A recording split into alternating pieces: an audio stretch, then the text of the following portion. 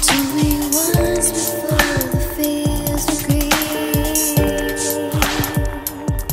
There was once clear water.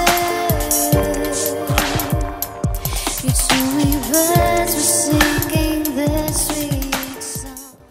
Well, I suppose I originally got into music through a mutual friend of mine and my brother's, way back in time, maybe 12, 13 years ago now. And basically he had what are called trackers. Now he was running his on an Atari, I think, but it's basically a music making program, very early basic one, that uses samples, and you have to program your song essentially in code. And the program I used was a program called FT2, and I used to run it on my old 386 PC, and that was it. That is all I had. That, plenty of time on my hands, and yeah, just coded away.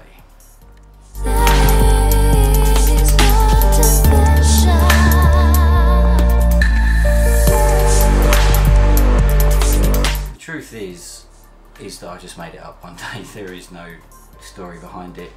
I should probably make one up, because I imagine that people would like to think that there is a story behind it, but you know, unfortunately it is as simple as I thought it was a cool name, and yeah, that's that really. I've been known under many aliases during my time. Altea is one, Pistol Kisser is another, many more. So yeah, Goes to Paraguay is just the latest incarnation.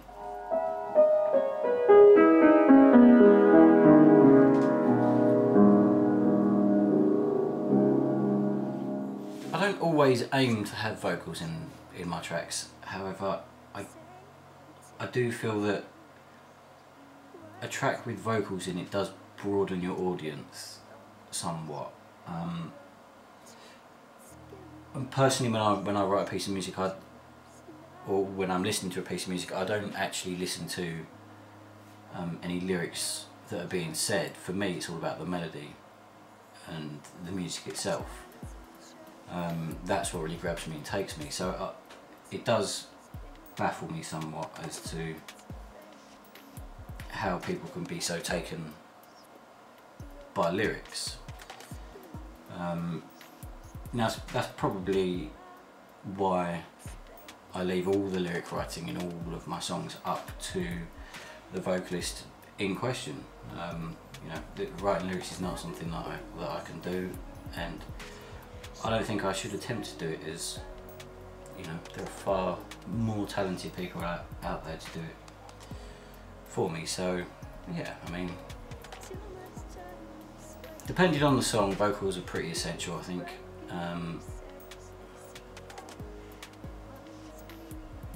But yeah, I mean, I don't have any preference really between male or female. 90% of my stuff is using female vocals. I really am getting into male vocals, especially R&B style male vocals. It's really taking me right now. Unfortunately, it's kind of hard to find anyone that can sing R&B male vocals at any sort of good level. So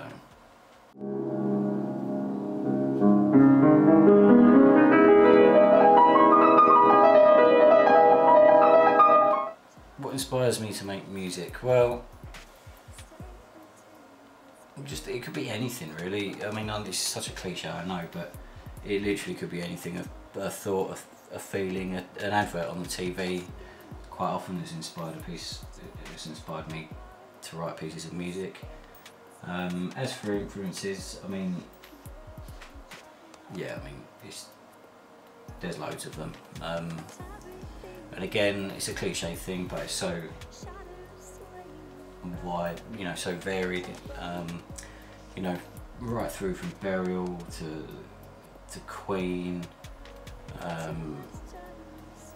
You know, and I know he's a bit like Marmite, love him or hate him, but You know, Skrillex, I do enjoy a bit of Skrillex, mainly because his production value is astonishing. I mean, whether you like his music or not is, to me, largely irrelevant. So yeah, I listen to a lot of classical music and film scores actually. Film scores are a big influence of mine. These broken pieces we see once needed for a while. No, my setup doesn't involve any spaceships, unfortunately. It is as basic as you can get. It's a laptop, a pair of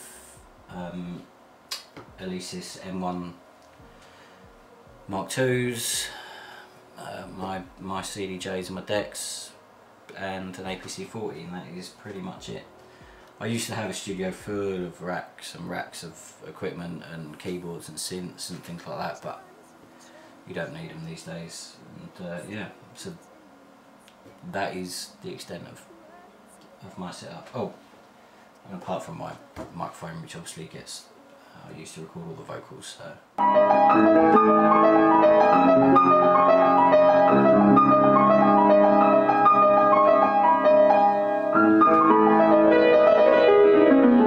Well, I kind of, this sounds silly really, but I don't really follow it. A lot of people ask me what style of music or what genre of music I write, or you know, what the genre of music I write is, and to be honest, I don't really know. Sometimes it can be a bit garagey, sometimes it can be a bit dubstep, sometimes it's just pure ambient chill out. You know, it's, I just write what comes out, you know, what I'm into writing at that particular point in time, which is, and I don't really listen, or well, I don't really follow various other scenes, if you like. I don't know if that's a good thing or a bad thing. Personally, I think that it means that my stuff can remain fairly detached from what's popular and what people are getting into, and you know, I'm trying to steer clear of sort of following a, you know, jumping on a bandwagon as such. So.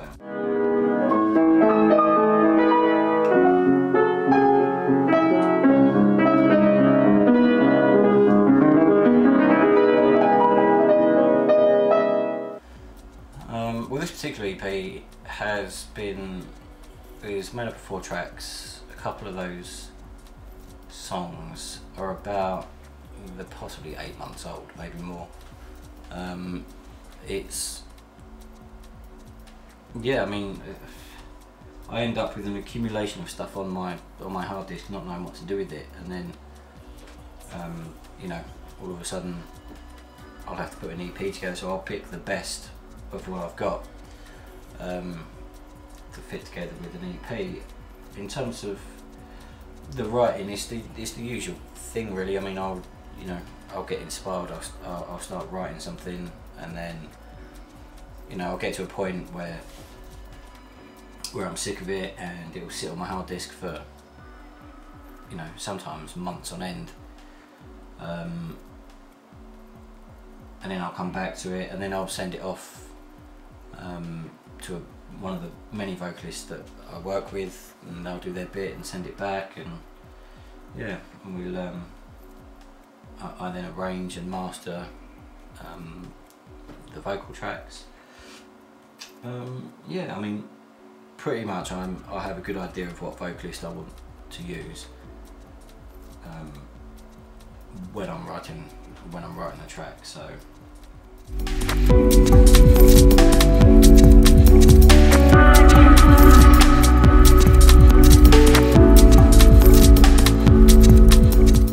I have noticed this actually, and to be perfectly honest with you, it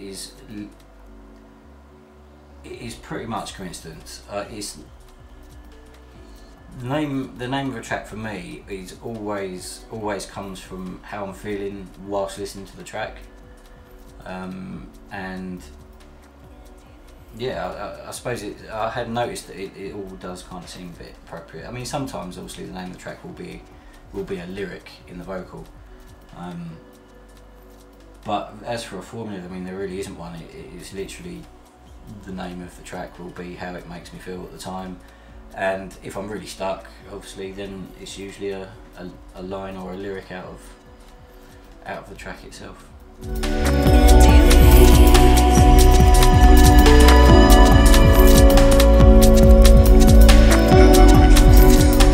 Plans for the future. I've been to a lot of meetings recently with various people and companies regarding syncing a lot of Ghost of Paraguay stuff.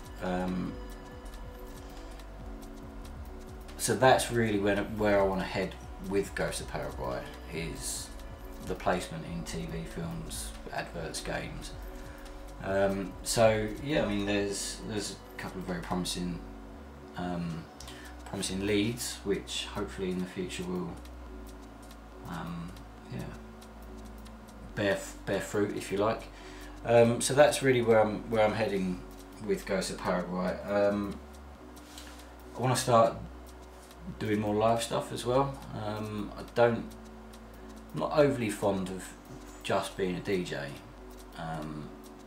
I'd rather have a complete show with a singer and you know, something. I'm not sure how it would work, but probably me on my APC 40 and a vocalist and various other bits and bobs.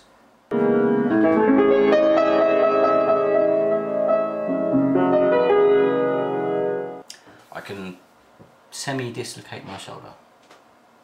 It's true.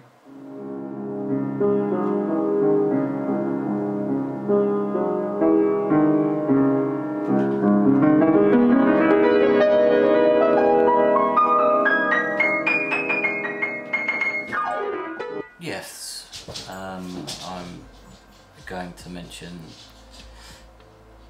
Subject 13 or Dave Stewart. He's helped me a lot in my career. There really is too many people to mention. Suicide Sheep and Tumba, obviously, and Laurie from Ludma. Yeah, Jett, the vocalists, Aiden. Just all the extremely talented musicians I work with, most of which are much more competent than I am. Yeah, and just, yeah, that's it, I suppose.